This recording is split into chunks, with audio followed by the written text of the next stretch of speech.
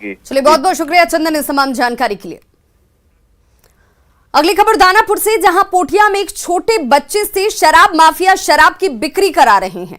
Video आपके सामने इस वक्त जो सोशल मीडिया पर वायरल होता हुआ तस्वीरों में आप देख सकते हैं कि कैसे एक छोटा बच्चा बोरे में शराब का पाउच रखकर खरीदारों तक पहुंचाता नजर आ रहा है। इस बच्चे का इस्तेमाल शराब को बेचने के लिए किया जा रहा है। शराब लेने वाले बच्चे के सामने ही देखिए किस तरीके से शराब पी भी रहे हैं। शराब लेने के लिए कई लोग गली में आपको खड़े हुए नजर आ जाएंगे। स्थानीय लोगों ने इसकी सूचना पुलिस को दी। न्यूज़ 18 वायरल वीडियो की हालांकि पुष्टि नहीं करता।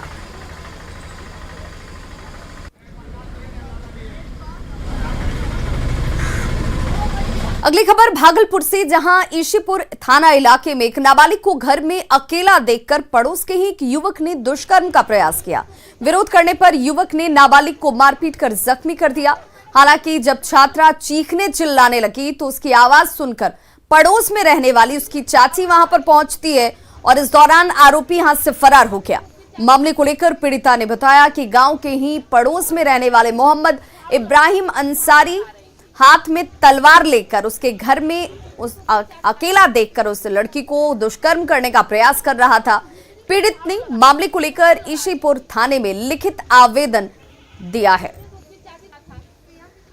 पानी लेने के लिए आया था और पूछा कि घर में कोई है, तो हम बोले कोई नहीं है। उसके बाद फिर गया आधा रास्ता से, फिर घूम गया, फिर अंदर घुस गए घर के अंदर। वो खैनी मांगने की आपके यहाँ दुकान है खैनी का? हाँ। तो आपने खैनी दिया उसको? हाँ। उसके बाद फिर क्या हुआ? फिर वो बाहर गया, फिर अंदर आ गया, फिर जबरदस्ती करने लगा घर में घुस के। उसके बाद फिर आप कैसे वहाँ से छूटे, कैसे बचे आप? हम आवाज दिए चाची को। हाँ। वो आई, फिर झाड़ू से उसको मारे, फिर भागा वो। साहेबगंज में गांव के चौपाल में ग्राम प्रधान के तुगलकी फरमान के बाद प्रेमी जोड़े का सिर मुड़वा दिया गया। इतना ही नहीं, जूते की माला पहनाकर दोनों को पूरे गांव में घुमाया गया। दरअसल दोनों को ग्रामीणों ने कल आपत्तिजनक स्थिति में पकड़ लिया था, जिसके बाद गांव के चौपाल में ये तुगलकी फरमान सुनाया जाता है। हालांकि बाद में सूचना मिलने के बाद रांगा थाना पुलिस मौके पर जरूर पहुंची।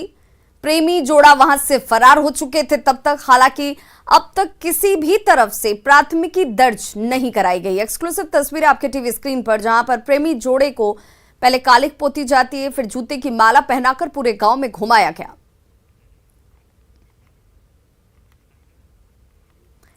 और अगली खबर का रुख करेंगे। खबर पलामू के कोरियाडी गांव में, जहां पर डायन के आरोप में एक महिला के साथ मारपीट की गई है। पीड़ित महिला ने गांव के ही रमेश सिंह और दिनेश सिंह पर मारपीट का आरोप लगाया है।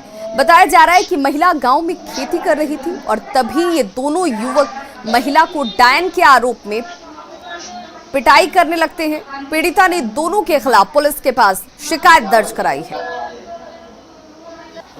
मारपीट किया है रमेश सिंह और दूसरा नाम है उसका दिनेश, उसका लड़का का नाम है विकास।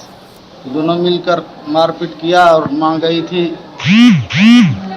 घास लाने के लिए दोहर तरफ, उधर ही मारपीट किया। हम लोग कोई नहीं थे, अकेले में मर्डर करने के अथी से मारपीट किया था। तो पैसा मांगने गए थे, नागेंद्र के यहाँ जा रहे थे, तभी देखे कि वो लोग दो जेंट्स जो हैं इनको मारपीट कर रहे हैं और डाइन का कर रहे हैं, इनको जान लेने के ख्याल से सजा करके हल्ला किए। तो अंतु सिंह वगैरह गाँव के लोग आन के देखे।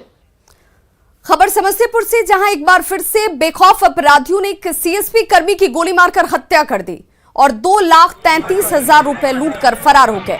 गोली की आवाज सुनकर जब तक आसपास के लोग घटनास्थल पर पहुंचे, तब तक अपराधी यहां से भाग चुके थे।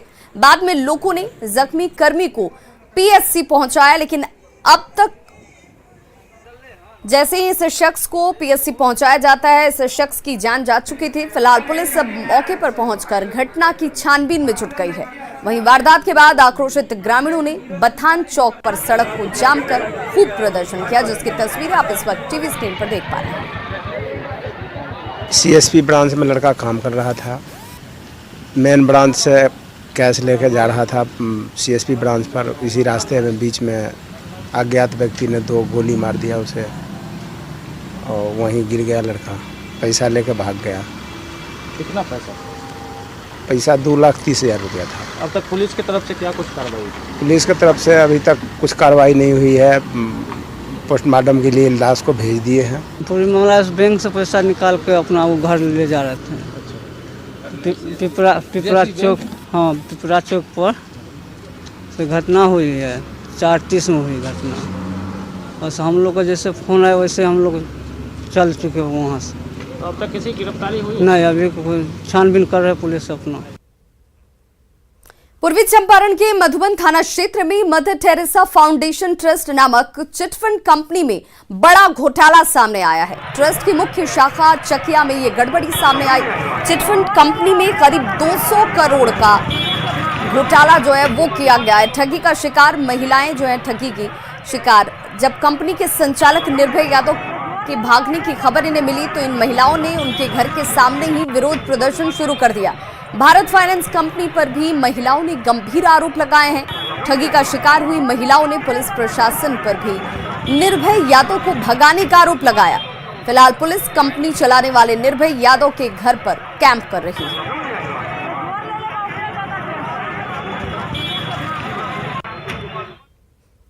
और अब ऐसे में सवाल खड़ा होता है कि कंपनी में कब से यह घोटाला चल रहा था? क्या प्रशासन को घोटाले की खबर नहीं थी? और क्या संचालक के साथ पुलिस की भी मिलीभगत है? इतने बड़े घोटाले की आखिर जांच क्यों नहीं हो रही? पीड़ित महिलाओं को आखिर इंसाफ कब मिलेगा और गुनहगारों को कब